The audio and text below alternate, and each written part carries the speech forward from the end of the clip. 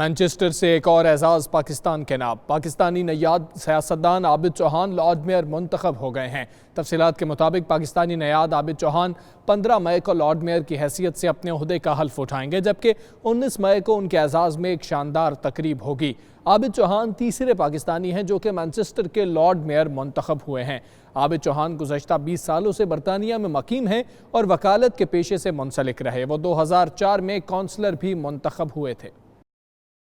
Kashmir council EU کی 1 million دستخطی مہم Ireland پہنچ گئی۔ ڈبلن میں پہلے روز ہی بڑی تعداد میں لوگوں نے کشمیریوں کی حمایت میں دستخط کیے۔ 1 ملین دستخطی مہم کا مقصد یورپی ممالک سے 10 لاکھ دستخط جمع کر کے مسئلہ کشمیر کو یورپی پارلیمنٹ کے اندر پیش کرنا ہے۔ مزید تفصیلات فیصل مرزا کی رپورٹ میں۔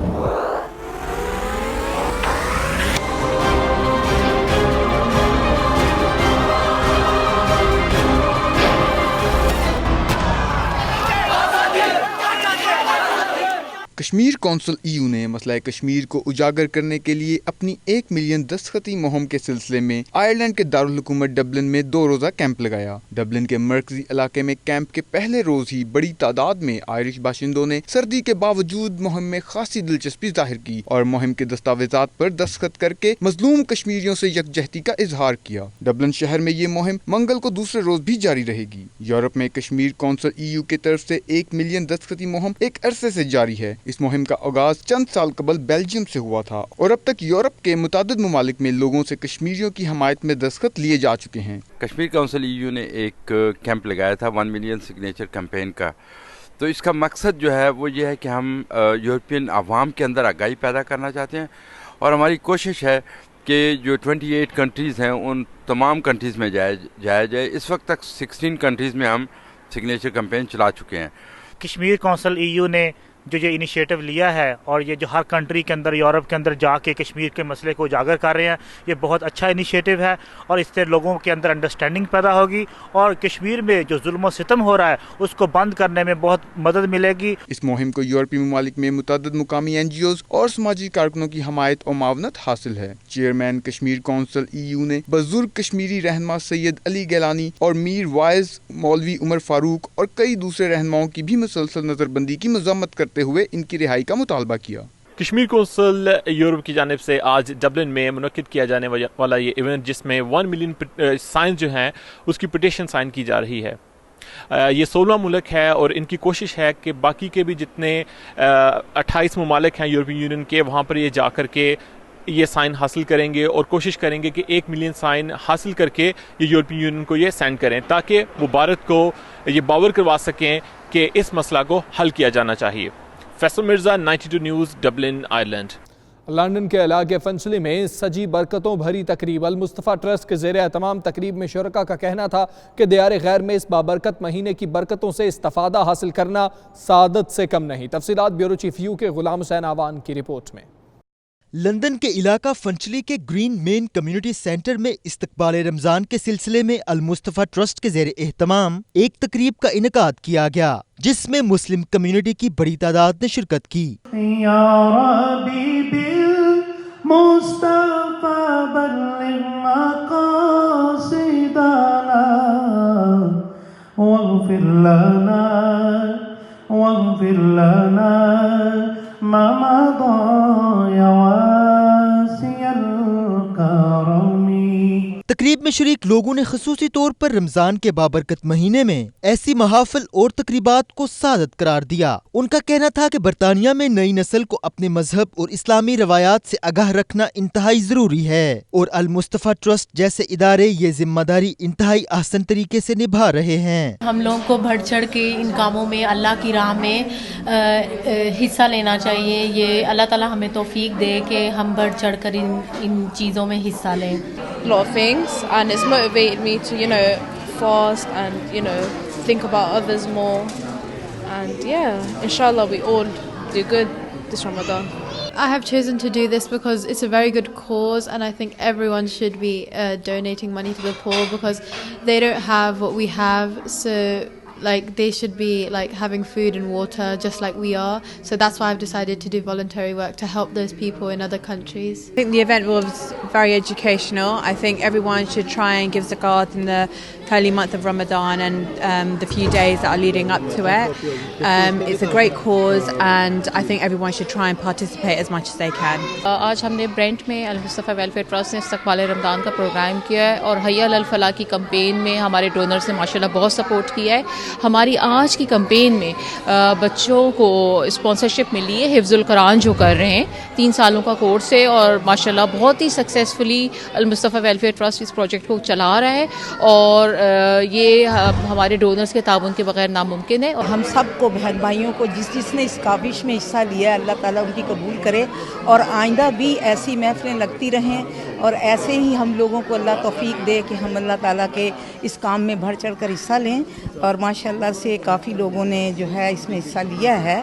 المصطفیٰ ٹرسٹ کے برطانیہ میں صدر عبدالرزاق ساجد کا کہنا تھا کہ اس مہینے میں جتنا ہو سکے اخوت اور بھائی چارے کی تعلیمات کو پھیلانا ان کا مشن ہے اور اس سلسلہ میں ایسی تقریبات کا انعقاد کیا جا رہا ہے جس میں والدین بچوں سمیت شریک ہو کر رمضان المبارک کے اس مہینے کی برکات سے آشنا ہو رہے ہیں. اور اس کا مقصد یہی تھا کہ ہم ویلکم رمضان کریم کے حوالے سے جو پروگرام کر رہے ہیں ہم اس حوالے سے لوگوں میں اویئرنیس پیدا کریں.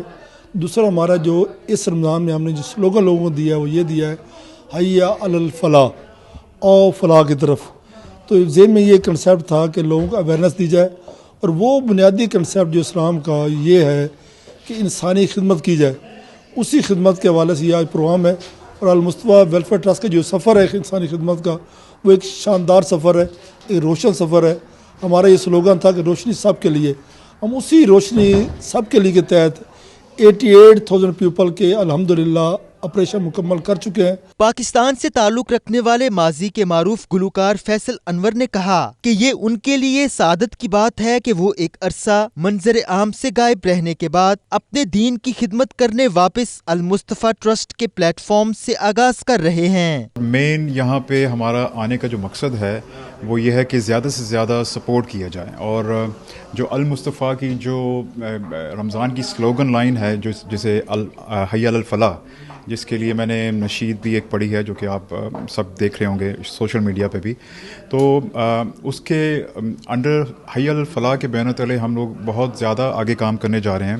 آفٹر دس نشید اور بھی بہت ساری نشید آ رہی ہیں. تو میری آپ لوگوں سے جتنے بھی ناظرین ہیں، سامعین ہیں، ان سب سے گزارش ہے کہ جتنا سے زیادہ ہو سکتا ہے وہ المصطفیٰ کو آپ سپورٹ کریں. تقریب کے اختتام پر دنیا بھر کے لیے امن و محبت کی دعا کی گئی اور فلسطین، شام، عراق اور پاکستان سمیت دیگر ممالک میں موجود مسلمانوں کے لیے خصوصی دعائے خیر کی گئی.